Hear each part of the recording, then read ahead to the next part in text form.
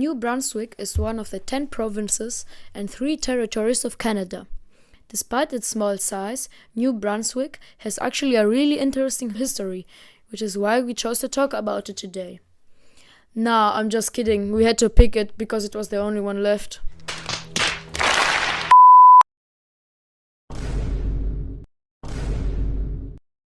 Fredericton is the capital city of New Brunswick. This province has 820,000 people, and the official languages are English and French, which makes it the only province in Canada that has 2 official languages. Nice. The climate in the winter is mostly snowy and in the summer temperate.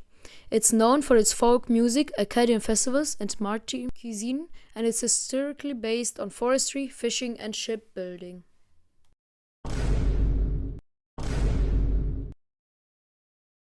Long before time had a name, the first people were already living in what we now call Canada.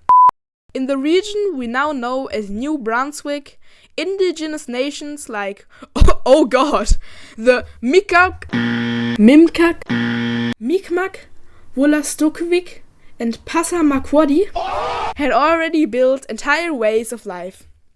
These communities were strong, deeply rooted cultures with a lot of knowledge of the land, the seasons and the rivers. Fun fact, New Brunswick is home to the Bay of Fundy, which has the highest heights in the world, up to 60 meters or 52 feet.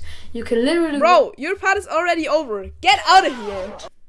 Anyway, where was I again?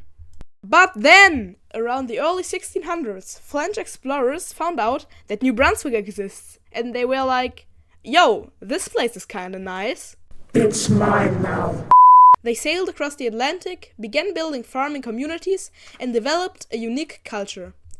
This French colony would later be called Acadia. But then, the British found out that New Brunswick exists, and they didn't exactly knock politely. FBI, open up! What followed was brutal. In 1755, they began the expulsion of the Acadians. Families were torn apart, homes were burned, and some dude living there probably entered his villain arc. Also, did you know that the town of Combeddleton has a 28-foot tall statue of a salmon named Restigish Sam, celebrating... Bro, who let you in my room again? I'm trying to record something.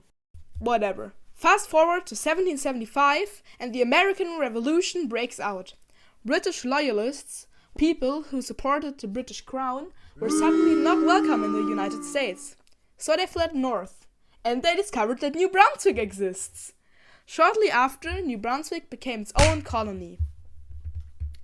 In 1867, New Brunswick became one of the 4 founding territories of Canada. Actually, New Brunswick is not a territory, but a province, which is something very different because... Shut up!